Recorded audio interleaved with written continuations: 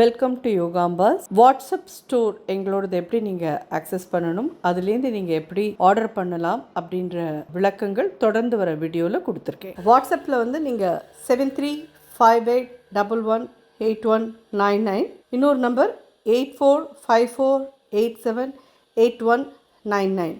இது ரெண்டையும் நீங்கள் வாட்ஸ்அப்பில் யோகாம்பால் ஷாப் அப்படின்னு சேவ் பண்ணிட்டு வாட்ஸ்அப் வழியாக நீங்கள் கேட்லாகை பார்த்துட்டு உங்களுக்கு என்னென்ன தேவையோ அதை ஆட் டு த கார்ட் கொண்டு வந்துட்டு அதை நீங்கள் வந்துட்டு யோகாம்பாஸ்க்கு ஃபார்வர்ட் பண்ணினீங்கன்னா உங்களுக்கு அந்த திங்ஸ்லாம் நாங்கள் அனுப்பி வைக்கிறதுக்கு ரெடியாக இருக்கோம்.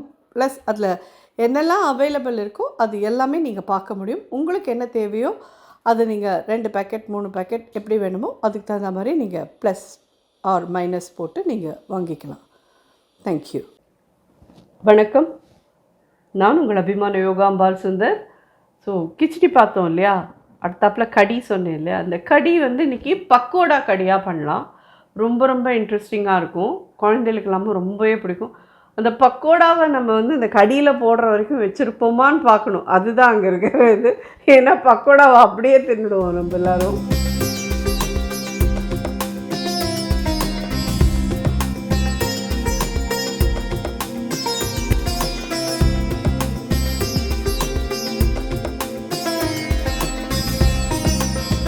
ஸோ இதுக்கு கடிக்கு வேணுங்கிறதுலாம் ரெடி பண்ணிக்கலாம். தயிர் நல்லா ஒரு 1/2 லிட்டர் கிட்ட தயிர் எடுத்துக்கிறேன் மிக்சியில். இதில் ஒரு 1/4 டீஸ்பூன் மஞ்சப்பொடி போடுறேன். இதில் 1/2 டீஸ்பூன்லேருந்து 3/4 டீஸ்பூன் வரைக்கும் மிளகாப்பொடி போட்டுருணும். இதுமாரி கடலை மாவு நல்லா 2 ஸ்பூன் 3 ஸ்பூன் கிட்ட போடணும். இந்த கடிக்கு தேவையான உப்பு ஒரு 3/4 டீஸ்பூன் கிட்ட போடுறேன். ஸோ இதெல்லாம் போட்டாச்சு. இப்போ நல்லா மிக்ஸ் பண்ணி இதை நல்லா மிக்ஸ் பண்ணிடணும். அதாவது மிக்சியில் நல்லா அரைச்சோன்னா மிக்ஸ் ஆகிடும்.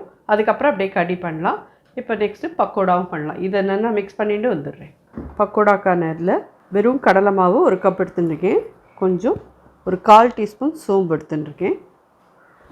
நல்லா மெல்லிசாக நறுக்கின வெங்காயம், பச்சை மிளகா வேறு போட போகிறோம். அதனால் ஒரு 1/4 டீஸ்பூன் கிட்ட மிளகாப்பொடி போடுறேன். ஒரு 1/4 டீஸ்பூன் மஞ்சப்பொடி, இதுக்கு தேவையான உப்பு ஒரு 1/2 டீஸ்பூன், கருவேப்பிலை, சூடாக இருக்கிற எண்ணெய் ஒரு 2 ஸ்பூன். இதை நல்லா மிக்ஸ் பண்ணிப்போம். இன்னும் பச்சை மிளகா போடணும், கொத்தமல்லி போடணும். நல்லா ஃபஸ்ட்டு மிக்ஸ் பண்ணிக்கிறேன், இவ்வளோதான். ஸோ ஒரே ஒரு பச்சை மிளகா போடுறேன். இதுக்கு அரிசி மாவுலாம் கிடையாது, ஜஸ்ட்டு வெறும் கடலை மாவு மட்டுமே போடுறோம். கொஞ்சம் இது மாதிரி லூஸாக தான் பண்ணிக்கணும்.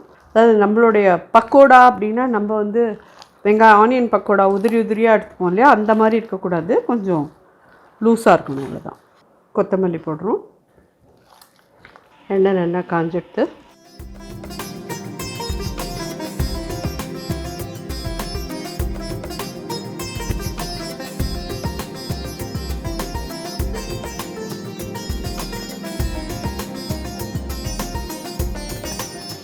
இந்த பக்கோடா இப்படியே நல்லா இருக்கும். இதை வந்து நம்ம அந்த கடியில் போடுற வரைக்கும் நிறைய பேர் அது குழந்தைகள் விடவே விடாது.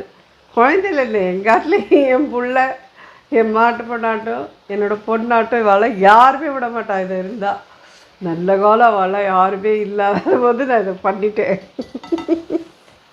எல்லோரும் வெளியில் போயிருக்கிறதே பண்ணிட்டேன்னா, ஸோ வந்தால் ஐயோ இது இல்லையே நீ தின்ட்டியா அப்படின்பா. நான் திங்கலை, அதுக்குள்ளே தான் இருக்குன்னு விடுங்க. தான்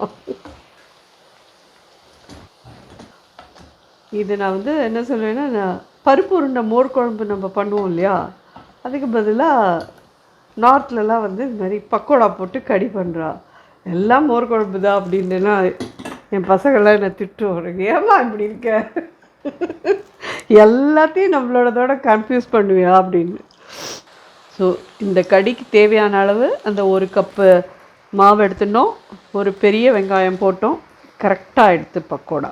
ஆக்சுவலி இதுவே வந்து குஜராத்தி கடி வந்து பூண்டு வெங்காயம்லாம் போட மாட்டா, அதில் சர்க்கரை சேர்ப்பா.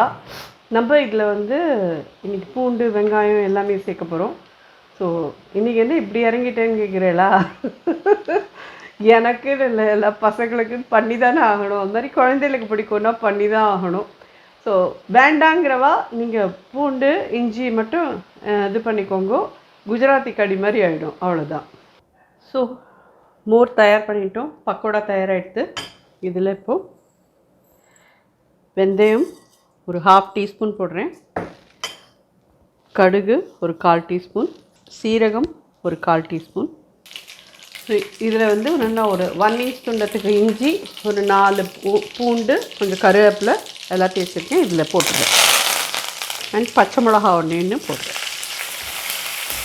நல்லா செவந்து வெந்தயம் எல்லாமும் செவந்து வாசனை வரும். இந்த ஸ்டேஜில் கலந்து வச்சுருக்கிற மோர் அதில் வரும். தண்ணி ஒரு 1/4 கப் கிட்ட சேர்க்குறேன். ஸோ இப்படி கலந்துட்டே இருக்கும், அப்போ தான் அது கொதித்து கெட்டி ஆகணும். ஏன்னா கடலை மாவு போட்டிருக்கோம், பச்சை கடலை மாவு வாசனை வரும். இல்லைன்னா ரொம்ப திக்காக இருக்குன்னு தோணிச்சுன்னா தண்ணி விட்டுக்கோங்க, தப்பே கிடையாது. அப்புறம் பக்கோடா போட்டதுக்கப்புறம் அது கெட்டி ஆகிடும். அப்படியே இது கொதிக்க ஆரம்பித்ததுக்கப்புறமா நீங்கள் பக்கோடா போடணும். பார்த்தீங்கன்னா கொதிக்கிறது தெரியறதா? இந்த ஸ்டேஜில் பக்கோடா போடலாம். இது இப்படி சாஃப்டாக இருந்தால் தான் அது நல்லா ஊறிக்கும். இதில்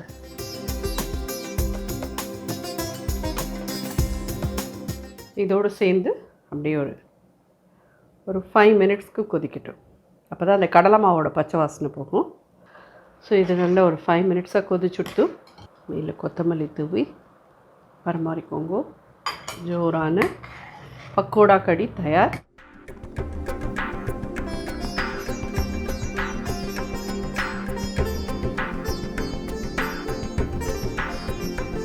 ரொம்ப ஜோராக இருக்கும். இதை நீங்கள் வந்து அந்த கிச்சடியோடையும் சாப்பிட்லாம், ஆர் நீங்கள் சாதத்துக்கு அப்படியே போட்டுன்னு சாப்பிட்றதுனாலும் ரொம்ப ரொம்ப நல்லாயிருக்கும். நல்லா சாதம் சுட சுட சாதம் வடித்து வச்சுட்டு இதை போட்டுட்டு இந்த பக்கோடா தொட்டுன்னு இந்த கடி சாதத்தை சாப்பிட்டேன்னா ரொம்ப நல்லாயிருக்கும். கண்டிப்பாக எல்லோரும் ட்ரை பண்ணுங்க. ஹோப்ஃபுல்லி உங்கள் குழந்தையெல்லாம் ரொம்ப என்ஜாய் பண்ணுவான்னு நினைக்கிறேன். ட்ரை பண்ணி பார்த்துட்டு எப்படி இருந்து ஃபீட்பேக் சொல்லுங்கள். நன்றி.